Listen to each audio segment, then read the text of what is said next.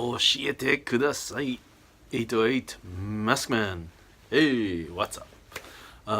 So 808 Maskman here. 808 Maskman here again. Making another video. So today's video is about remembering vocabulary. Remembering stuff in general. When you study language or you study anything, basically. Well, many things anyway. There's a lot of things you got to remember. So, in English, a lot of things you have to remember, vocabulary, grammar, etc. And then, basically, more vocabulary is better. Remembering vocabulary is a good thing. So, how do you remember vocabulary words? Students always ask me, what's the best way to increase my vocabulary? What's the best way to get, input these words into your head so you don't forget? Because a lot of people, including myself, when I study vocabulary, I forget a lot, and I'm sure many of you forget a lot too. There's all kinds of ways to study, the typical ways are writing the word 10 times, 20 times, 30 times. Some people like that method. It works for some people. Some people like using cards, vocabulary cards, and then quizzing yourself over and over and stuff like that. Some people like using apps or something like games. Vocabulary games or apps that help you remember. That's also good too. There's many ways to help you remember vocabulary words. So there is no one best way, but in general, what is a good way?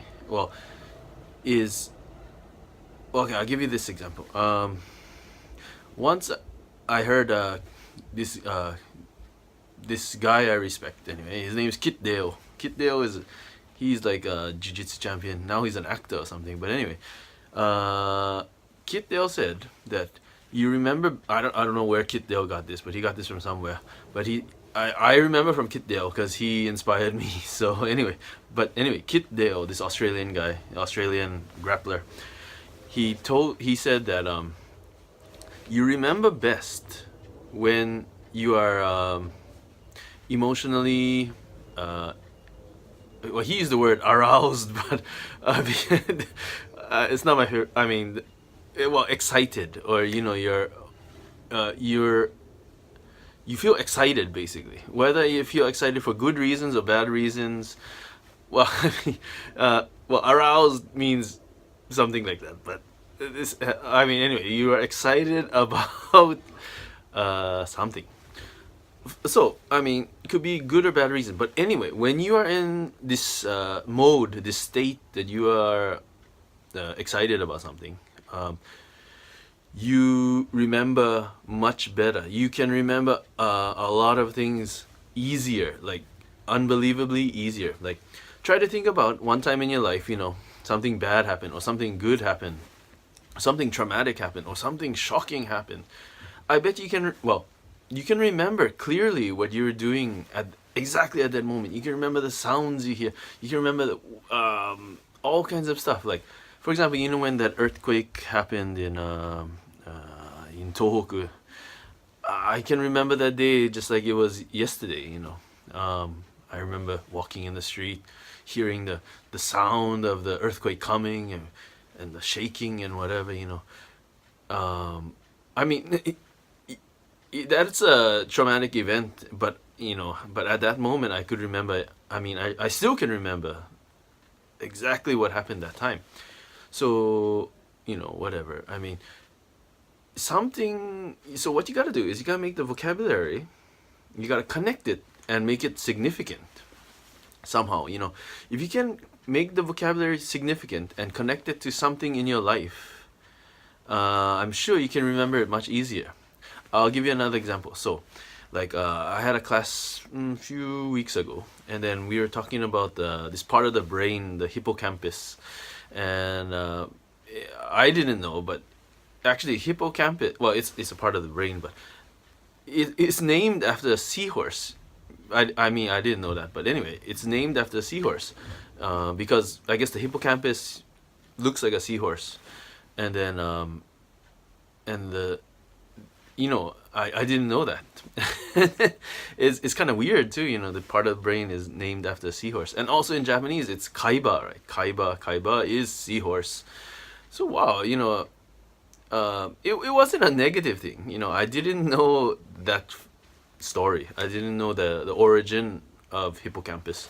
So, but thanks to that discussion we had, and thanks to that discovery we had in class, together as a class, I probably will never forget that story. I mean, well, I might forget, but it's more ingrained in my brain than if I were looking at vocabulary cards, or writing it down 20 times. But I'm not saying that vocabulary cards are bad or writing it down is bad, but all what I'm saying is try to make the vocabulary study, when you study, try to tie these words to in a significant way that you feel excited.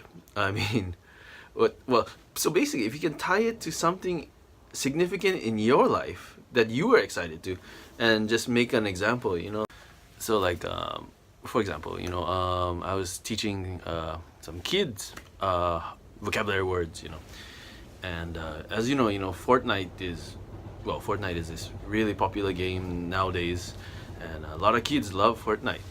So the vocabulary word was salty. So my task was to try to get the kids to remember the word salty. So, and then I asked them first, okay, what's salty in Japanese? And then they're like, I don't know, salty, I don't know. And then so, okay, well, it's shoppai, right? Salty. And then so, okay. So then, but then I knew that there's this place in Fortnite called Salty Springs, what's it? Town. It's a small town in Fortnite. So then I said, okay, so Salty Springs, Salty Springs, right, from Fortnite. And then they, oh yeah, I know Salty Springs, because it's in katakana, Salty Springs, And then, so I asked them, what does Salty Springs mean? And I don't know. So I said, okay, Salty Springs means shoppai springs. So spring is, well, izumi, right? Izumi. So shoppai izumi.